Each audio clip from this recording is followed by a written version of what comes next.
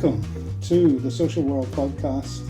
I'm Dave Niven, and I'm joined today. I'm very pleased at last I finally caught up with Professor Tan Ngoh Tiong, who is Professor of Social Work in Singapore and has been instrumental in creating and starting the Global Institute of Social Work. Welcome to the programme. Thank you, David. Now, just for listeners perhaps this side of the globe that aren't as familiar with you as your colleagues that side of the globe, could you just tell us a little bit about your background, please? Yes, I am a social worker and a social work educator. I went through training in social work in the 70s and graduated from the National University of Singapore. And then I worked as a social worker in a mental health setting, as well as in the area of training and professional development in social work. Since the 80s, I have got my Ph.D. in social work and have become a social work educator at the National University of Singapore and also in the US. And most currently, I was dean at the SIM University in Singapore, as well as now a professor of social work in the Singapore SIM University. Now, two days ago, you celebrated the third anniversary of the Global Institute of Social Work that you were incredibly instrumental in putting together, and it was opened by the former President of the Republic of Singapore, the late Mr. S.R. Nathan. I mean, that obviously made a particular impact in your region. How's the last 3 years been for you? Has it been a huge roller coaster ride? Is it now a very significant part of the social work landscape? Yes, the Global Institute of Social Work is a collaborative project. It is something not just one person's brainchild, but really a working team of international social workers who are concerned about the resource in terms of training and the availability and access. So it's a worldwide vision to deliver quality social work training to those who need it most. You know, many social work training are available in different countries, in US, the UK, where you are from, even in Singapore, in China. But when they are delivered, it's only to a select group. It could be in a university, and you need certain qualification to access, and it's quite costly. The vision is to bring quality social work training to those who need it, and they may not be able to access this training. And so quality training can be recorded, edited, uploaded to a website, and that's where the Global Institute is. It is a platform to share information, whether it is videos or audio material, whether it is in PowerPoint or in MP4 files. It is a way to have access so that people all over the world can use it. And there are concerns, there are issues, but we can discuss this, how people can have this vision to work together to uplift the training of social work, especially in developing countries, especially in places where they are needed, but there is no access. And it's really priced out of the range of many countries to have quality social work training. Okay. Now, very good vision. Are you pleased with the development over the last 3 years? Is it as you expected? Is it going as you expected? With every vision, there are areas where we can move and improve. And I think one of the key areas we need to beef up is to have more quality courses that are culture relevant in many different countries. And so getting good training recorded is one thing, getting it edited is another, and then getting it uploaded and getting it to be used and discussed in terms of the contextual cultural application. And I think that's a tough order. We have more than 100 lectures recorded, and we have more than 30 courses that have been edited. But to find the right match and the right course, and then to make sure that they are presentable, and then to have people not just watch the videos, but also to have people to interact in a community of learners. That's the vision. And I think it's still a long process. So we have, for example, moved our website from a Singapore base to a international base. And now the website and the training portal is gisw.teachable.com. Don't worry, we'll make sure. I'll make sure that's all made clear by the end of the interview as well, and we'll put it in the text as well, how people get in touch. Has there been a particular bias towards any kind of particular discipline in social work amongst the 100 lectures that you've got so far, or is it spread right across the social world, the social work kind of landscape? It is quite a spread. We have from working with children, school social work. We have gerontological social work. But I think if there is any bias, it's more towards the international social development, international social work. Because most of the people that we are in touch with have been more the global social workers. And we have a strong international advisory committee that is comprised with representatives and leaders from the International Federation of Social Workers, from the International Associations of Schools of Social Work, and from CSWE in the US as well as in the UK. So I think the areas that my advisory board is more interested in is more in the international arena, international collaboration. But we will have to go through the basics of social work. I like to develop more practice models, practice cases, and issues in terms of family violence and how to deal with this. More specific practice courses that will be skills-oriented, that will be more relevant across cultures. Yeah. No, I mean, you've given yourself a big task there. I understand the kind of the broad nature of your advisory committee and the depth of skills that are available in it. I've just been reading online. I will encourage people listening to this to look online too at your history in terms of the Global Institute. But would you say, I mean, I was talking with Ruth Stark, President of the International Federation of Social Workers, and we did an interview with her some time back there, and she was pointing out to me something that must be very relevant to you, which is the differing nature of social work across the world, and therefore you can't just say that, like one size fits all. So the idea in the industrial countries, for example, of social work being more of a one-to-one activity sometimes, or one person to one family, whereas in many of the third world countries, social work is a community activity, and therefore scheduling things to try and be relevant to both is quite a task, I would think. You are right in that, but there are issues and common platforms. I am trained as a social worker in the Singapore and in the US, and you find that there are many practices, principles, skills, and strategies that are common across the different nations of the world. Definitely the Asian context being more collectivist in orientation.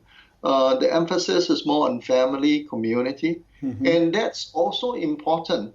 in the US. It is not that because in US culturally you are more individualistic, that you will not be interested in family and community development. In fact, the strategies of social work, and we want to have a range of methodology, techniques, and strategies. But in this kind of courses that we put online, we want to also ask the viewers, the participants, to critically appraise the different models and strategies, and to see whether it will work in their context and what may need to change and what may need to be adapted. So I think you are right, and yet there are also general principles. Yeah, no, I get your meaning about transferable skills. I do understand. I think too, though, that you'll find, I imagine, that an awful lot of social workers worldwide can learn a lot from each other's particular practice skills, even if they've got different communities to work with. The idea of transferable skills is quite a strong one, I think. There's I believe about 500,000 social workers worldwide, and so the depth of knowledge and the depth of experience out there just lends itself to trying to learn from each other, doesn't it? Yes. So the platform here really is a learning community, sharing what they know, and actually getting feedback also. If you have strategies or models that work, you like to share, but you also in return will get feedback on what will be useful, and you can even develop that further. So it is also like iron sharpening iron. It is people who are concerned about a certain client group or a certain methodology that you could share what has been used, how it has been used, and whether you get feedback on can it be relevant in other contexts. And I think that's where the spirit of learning and sharing becomes a useful collaborative strategy to bring social work into the new era where we can use technology in a way that becomes a platform where we actually make the world flatter, and we make communication more effective. And that's where the growing together in the competency and in the development, as I say, is a collaborative process. Yeah. Are you, I don't know what it is, but are you satisfied that you've got suitable funding for the Institute? Is that an issue, or is that okay, sorted? Honestly, the Institute runs more by passion of the volunteers, the people who have altruistic values to say we will share our knowledge and our skills. We can put up our courses online. But I think we will have to work towards a sustainable model in time. And that may mean that although our main aim is to provide training free, we may go into areas where certification and specific training will have to be charged on a moderation basis. But the basic training, the commitment that the Global Institute for Social Work has is to provide it freely so that it can be accessed. Okay. So we do have some foundations, local as well as in the US. The Council for Social Work Education through the Kendall Foundation has given us a seed grant, and also some local foundations. But we do need help. And I think the help that I'm looking for is really people who want to share their knowledge and will be able to edit your courses, your presentations in a way that can be presented cross-culturally. Okay. I think that's what I was trying to ask you to say, because I mean, we want to obviously support you as much as possible, but we need to know what would work best for you. Yes, yes. So certainly on our website, the is the gisw.org, and at the website there is a page where you say contribute or support. You can go there, but I think more so it is to support us, to link with people who will benefit from this training, and they can use it. And I think that is the link that is needed. We will popularize this also through YouTube in time to come and through Facebook, so that there is an e-community that can access the training. Okay, gisw.org. I think we'll keep The GISW. the gisw.org. We'll keep saying that, don't worry. Now, Okay. one of the things that I've got a personal interest in, because I see it as absolutely interconnected to giving service to the community that you're in, wherever you are, is to try and improve the image of social work within communities, within the general population, because I don't know what your views are, but I do clearly feel that not many people know really fully what social workers do, and perhaps more to the point, what they don't do. And it's always important to work with the media, because most populations get their information or opinion informed by some form of media or other, whether it's broadcast or written or social media or whatever. And so it's important for us to be able to take to the airwaves and talk to general populations as well, informing them about what social worker does, because it helps tomorrow morning with that new case when a social worker arrives at the door. What's your view within your kind of experience of the image of social work and how it could be improved? Well, I think the image of social work has really improved over the years. There has been more understanding of what social workers do, but also the idea of not just limiting social work to social assistance and welfare. Social work has taken a very professional role, I think, in many different countries in Asia. And there are more accreditation, training, and professional development of social work. And so it is a very versatile profession, from direct work to the very macro policy, advocacy, planning approach. And I think in many developing countries in Asia, for example, you need the developmental model, more preventive and universal social development strategies to bring about social well-being. And I think social workers are very much involved.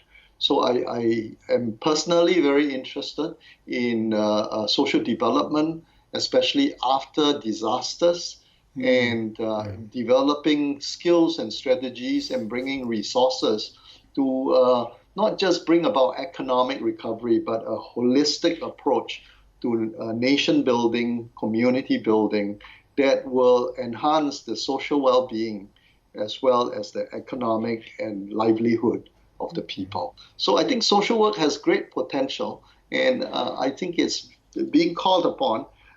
In Singapore, for example, yesterday we celebrated the Outstanding Social Workers Award, and the view here is that social workers should not be just doing direct social work, but also the indirect policy, advocacy, strategies, planning, development work. And it's so exciting. Well, I mean, that sounds good, and it sounds like you're very enthused about that. And I think that the tensions do exist elsewhere. You've probably been aware of that because of your international contacts. But between the amount of time that social workers have, this is certainly a UK issue, to do the direct work, and the amount of time that they have, unfortunately, to do administration. And that is always been a tension here in the UK, especially when resources are limited to fill all the vacancies, for example. You know, so that's a particular tension here. But it's very interesting to hear what Singapore is actually, how it's developing. Would you say that the media in your part of the world give social work a good recording? Yes, I think increasingly the media tend to be friends of social work, but definitely when media comes up, there's always a downside that you tend to deal with some of the problems that society has, and then saying social workers are coming into this picture. But I think rather than when there are problems, I think social workers should look at more preventive strategies and dealing with developmental approaches. And I think certainly there is a need for the remedial intervention. There is still the need for casework and counseling.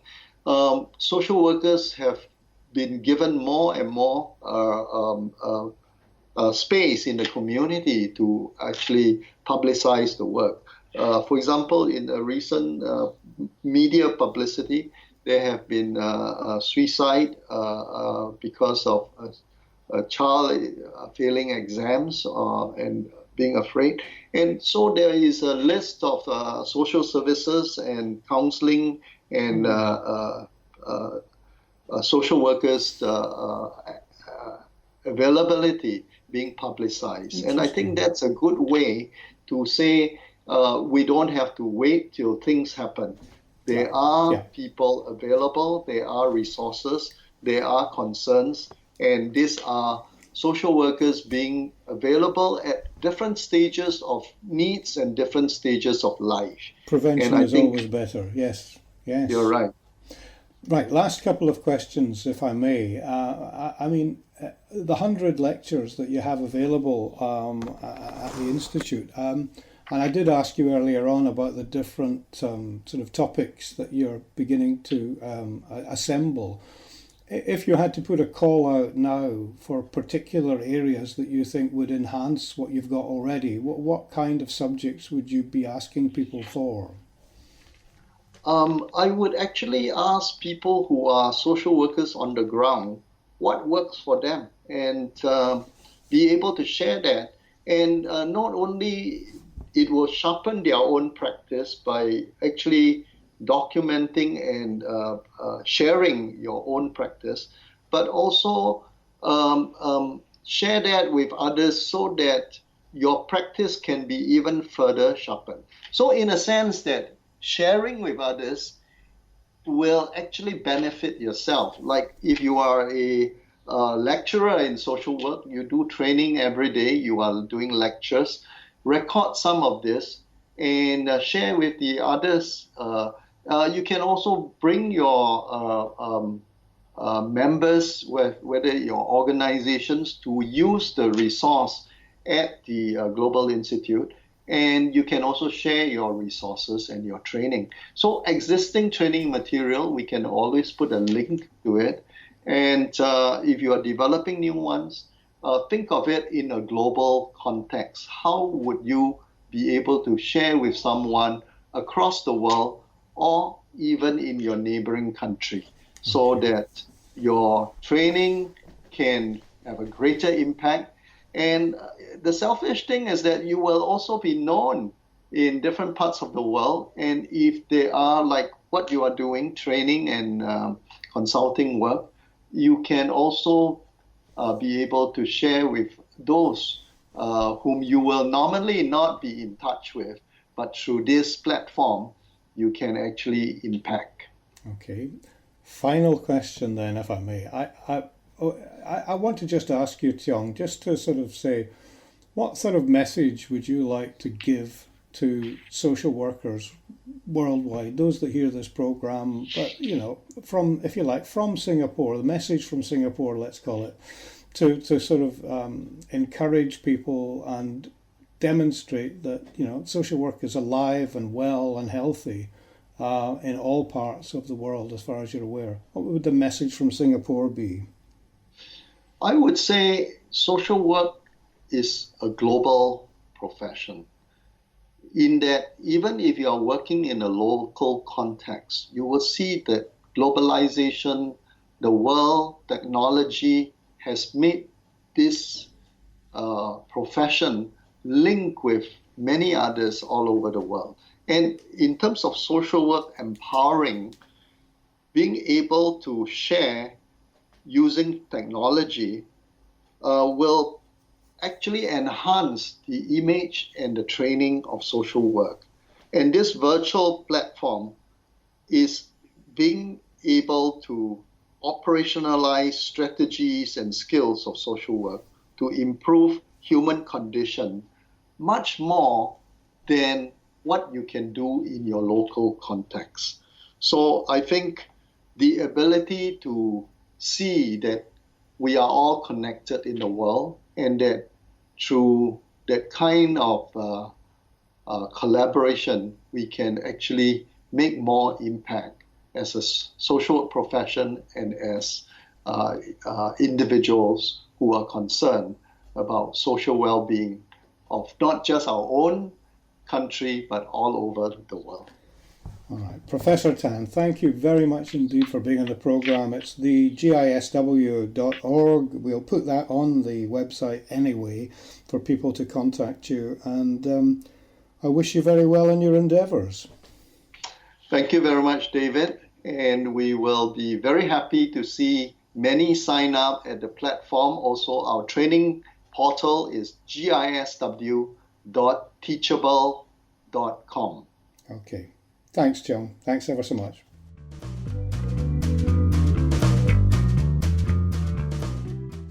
Well, thanks to Professor Tan for that interview. I really enjoyed talking with him. And the one thing on my part is that I love talking to people across the world who've got different ways of practicing their trade, in this case, social work. I mean, the Global Institute of Social Work sounds like a very good piece of innovatory work, and it's 100 lectures there already, if you like, in the ether, ready to be listened to and free. I think it's something that we in the Western Hemisphere can embrace and support, and I know that the Russian Federation of Social Workers gives him a lot of support, as well as some key people in Canada and the United States. So, generally speaking, I'll try and keep bringing international flavour to the podcast as much as I can. However, the next podcast that I'm going to be putting out is with Dr. Shirley Brierley, who's a consultant in public health in Bradford, and it's the second podcast of the Bradford series that I'll be putting out. She chairs the Child Death Overview Panel, which is a very important component of every local authority. They look at all children who've passed away, and obviously they consider a variety of circumstances in which that happened. Now, she's been the consultant in public health in Bradford for 8 years. Before that, she was a GP. Before that, she was a hospital doctor. She's worked in Africa for 3 years as a doctor. I mean, she's really got a wealth of experience, and I really commend you to listen to that interview, which will be coming up in a few days' time. So, thanks as always to you for listening. Thanks to Alba Digital Media for all the technical support for the podcast. Keep telling your friends, please, because the more people that we can build this up into, the better the programs can be, and the more people that we can have as guests. Remember SpeakPipe, that one-click service that's on the website there, Thoughts on the Social World. You can leave your message, or you can leave your ideas for future programs. Whatever you do, thanks for listening.